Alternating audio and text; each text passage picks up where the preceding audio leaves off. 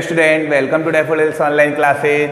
आज का हमारा नया टॉपिक है पर्यायवाची शब्द।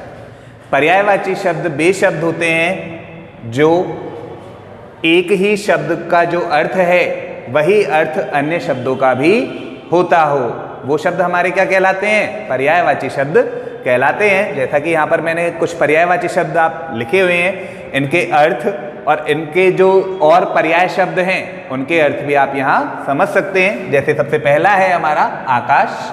आकाश के जो अन्य शब्द हैं, यानी आकाश के लिए जो हम अन्य अर्थ ले सकते हैं वो कौन कौन से हैं? नभे। नभे मीन्स भी क्या होता है? आकाश। गगनम, व्योम है। इन तीनों का ही मीन्स क्या होता है? आकाश होता है।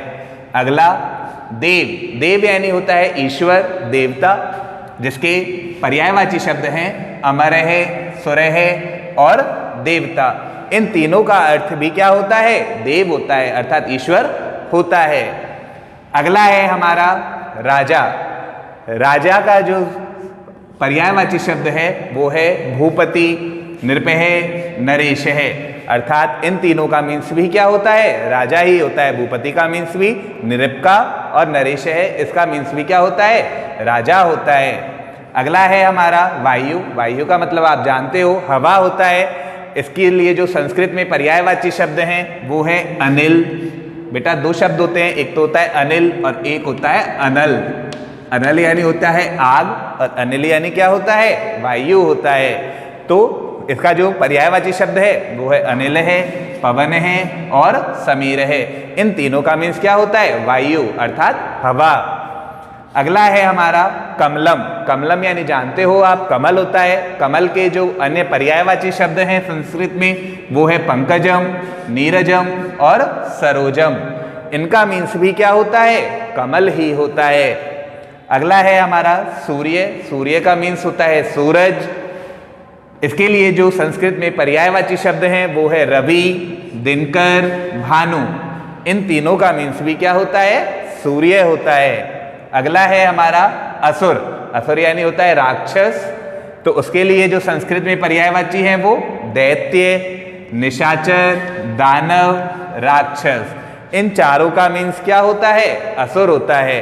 असुर यानी राक्षस। हिंदी में गंगा।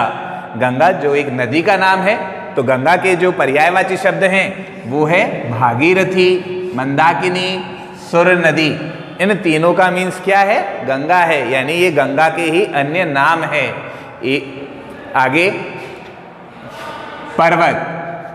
पर्वत का जो समानार्थी शब्द है वो जो पर्यायवाची शब्द है वो है गिरि, महीधर, भूधर। पर्वत यानी होता है पहाड़ और गिरि, महीधर, भूधर, इन तीनों का मीन्स भी क्या होता है? पहाड़ होता है। अगला है हमारा अग्नि। अग्नि का मतलब तो आप जानते ही हैं, आग होता है। आग के लिए और जो पर्यायवाची शब्द हैं वो है पावक, अनल, हुताशन। हुताशन यानी भी आग ही होता है। अगला है हमारा अमृतम। अमृतम यानी होता है अमृत, और अमृत वह होता है जिसको पीने के बाद व्यक्ति अमर हो जाता है। तो अमृतम के जो अन्य पर्यायवाची शब्द हैं वो है पीयूषम, सुधा और सोम। इन तीनों का मीन्स भी क्या होता है? अमृत ही होता है। अगला है हमारा पृथ्वी। पृथ्वी मीन्स धरती। इसके लिए जो पर्यायवाची शब्द हैं वो भूमि। भूमि यानी भी पृथ्वी होता है। धरा मीन्स भी पृथ्वी होता है और वसुंधरा मीन्स भी क्या होता है? पृथ्वी ही होता है।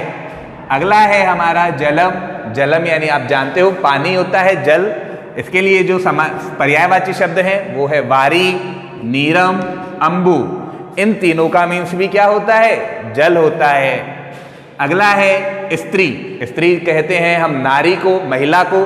तो इसके लिए जो संस्कृत में पर्यायवाची शब्द है वो है नारी, वनिता और अबला। इन तीनों का मीन्स भी क्या होता है? स्त्री ही होता है। अब जैसे स्त्री होता है उसी प्रकार पुरुष भी होता है, अर्थात व्यक्ति, आदमी जो होता है उसके लिए। तो इसके लिए जो संस्कृत में पर्यायवाची हैं वो नरे, मानवे, मनुजे। इन तीनों का मीन्स क्या होता है? पुरुष होता है। अगला है हमारा समुद्र। समुद्र जो होता है उसके जो अर्थ है समुद्र का वो है सागर, और इसका जो पर्यायवाची शब्द है वो है सागर है, नदीश है और सिंधु। इन तीनों का मीन्स भी क्या है? समुद्र है। अगला है आज की वीडियो का लास्ट, पक्षी। पक्षी बहुत सारे होते हैं, उन सभी पक्षियों का ये कॉमन नेम है पक्षी। तो पक्षी को अन्य शब्दों में हम क्या कह सकते हैं? खगे, विहगे, द्विजे है। इन तीनों का मीन्स भी क्या होता है? पक्षी ही होता है। तो स्टूडेंट इन पर्यायवाची शब्दों को आप अपनी नोटबुक में लिखें, याद करें ताकि आपको समझ में आ जाए। Thank you student.